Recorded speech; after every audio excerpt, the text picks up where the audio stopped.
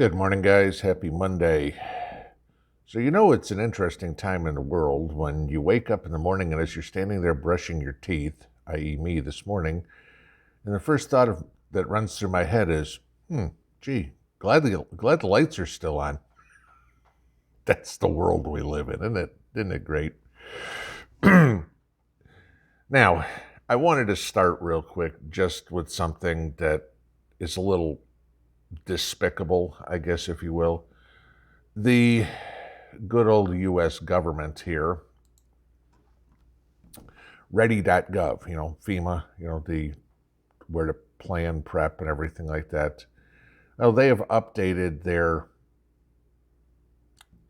warnings, however you want, your preparation for how to prepare for a nuclear explosion. And I'm not kidding. This is not a joke. I'm going to let you look at this right here. If you want to go look at the ready.gov website, you can see this for yourself. Okay, but this right here, look at what I highlighted where it says nuclear explosion, obviously, get inside. Go to the basement or middle of a building. Stay away from the outer walls and roof. Try to maintain a distance of at least 6 feet between yourself and people who are not part of your household. If possible, wear a mask if you're sheltering with people who are not part of your household. So let me see if I got this right. Just in case there's a nuclear explosion, we were hit with a nuclear warhead, I'd be best off if I made sure I followed COVID protocols. I don't know who thought this was funny, but if they're serious on something like that, the wearing a mask part, okay, if you've got an NBC, nuclear, biological, chemical mask, that's one thing. I could see that if they didn't put in the part of maintain a distance of 6 feet. Stupidity. Okay. Thought I'd share that one. What I want to talk about is the economics of what is going on right now. Now, it's a little after 5 o'clock here, Monday morning. Dow futures right now are down 464 points. The market's going to get spanked on the open, at least of right now. I mean, we've still got 4.5 hours till the market opens, but it ain't looking good. European stocks are down, Asian market was down, whole 9 yards. So the economies of the world do not like what happened over the weekend. No big surprise. Gold is up, silver's up, though they're nowhere near where they were over the weekend. If you saw at one point, gold got up to like 1975 or something like that in some of the original panic that was going on Saturday. Right now, gold's bouncing just over 1900, so it's kind of stabilized. Silver's back up about 24.40. Okay, so those things have stabilized. Oil is Brent crude is still sitting at around $100, so you can figure you're going to feel more pain at the pump.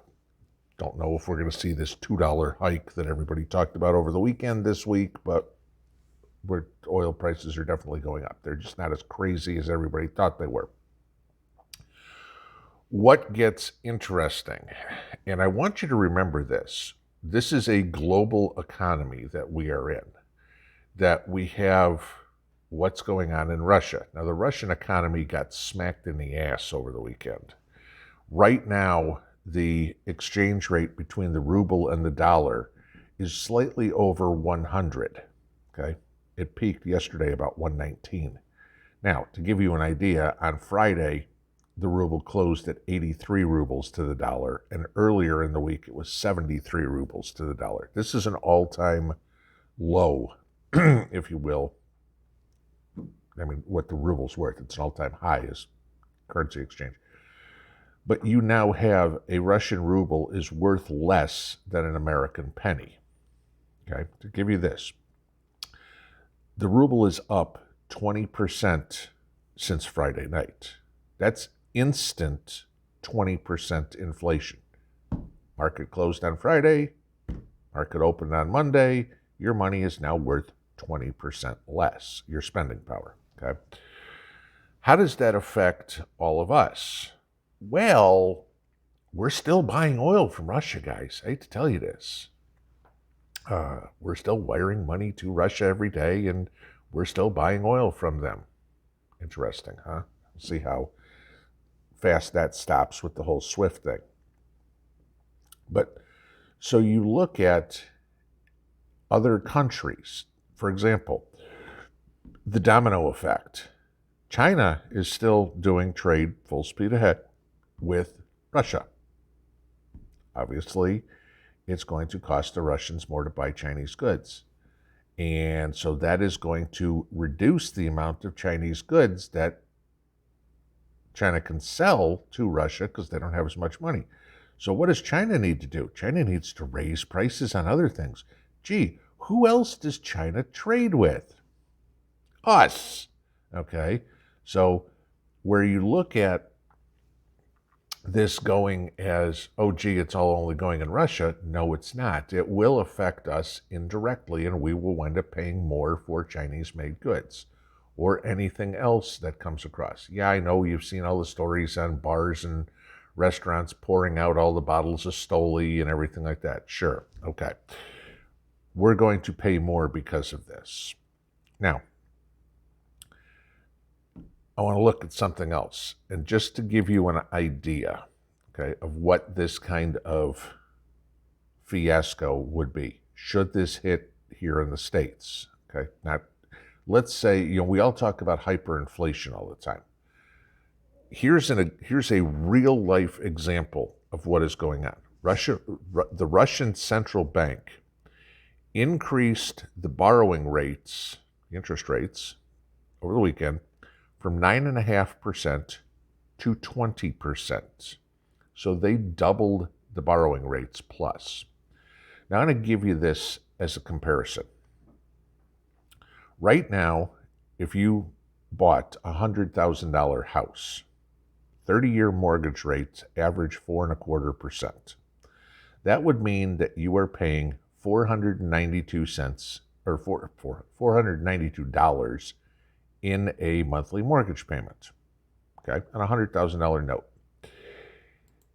If we increased it to 20%, instead of $492, you would now be paying $1,671 a month. Triple, big freaking difference, okay? Some people here, I wasn't old enough to buy a house at the point, but I do remember the late 70s, early 80s interest rates when we were pushing 20%. Okay. You think the housing crisis is something now where millennials can't buy a house? Triple the mortgage payments and let's see what happens. But let's take it back even different. We're at 4.25. If Russia has raised their rates from 9.5 to 20%, basically doubled it. If we just doubled our interest rates, that means you go from 4.25 to 8.5. Your mortgage payment now, instead of $492, is $769.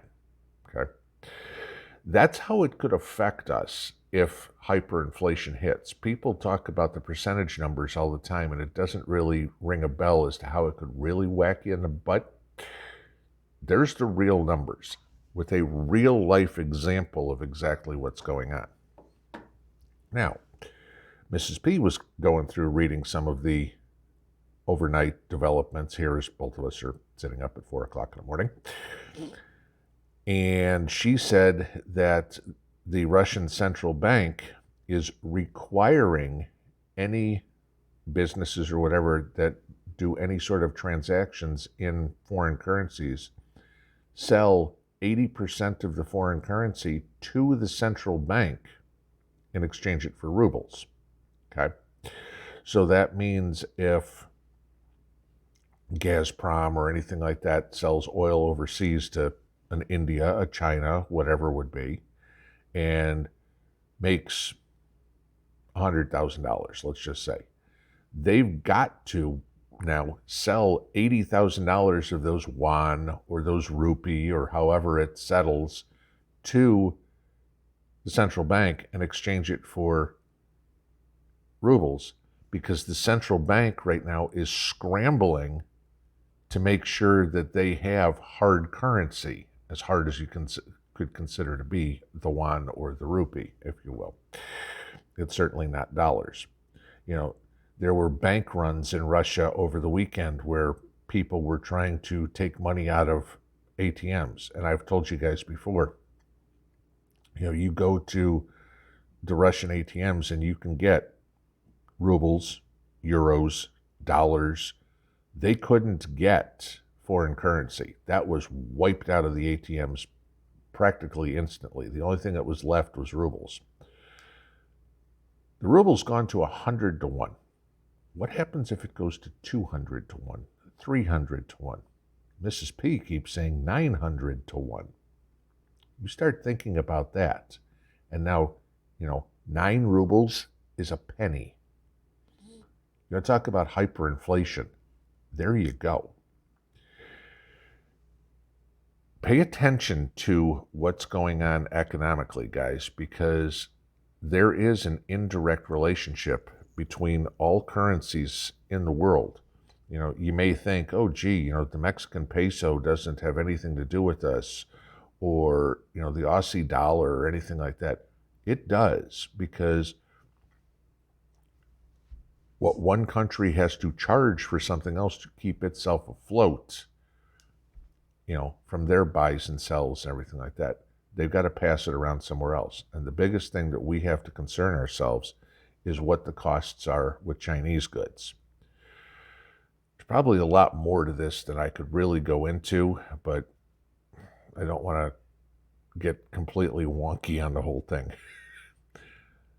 If China goes into Taiwan, you can expect some real crazy stuff.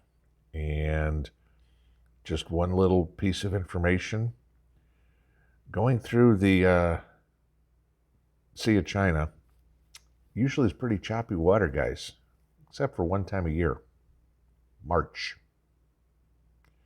And obviously Taiwan is off the coast of China. In order for the Chinese to get troops there, they have to go water routes. Yeah, pay attention. I think February was an interesting month. March could be even crazier. Have a good one. Pinball out.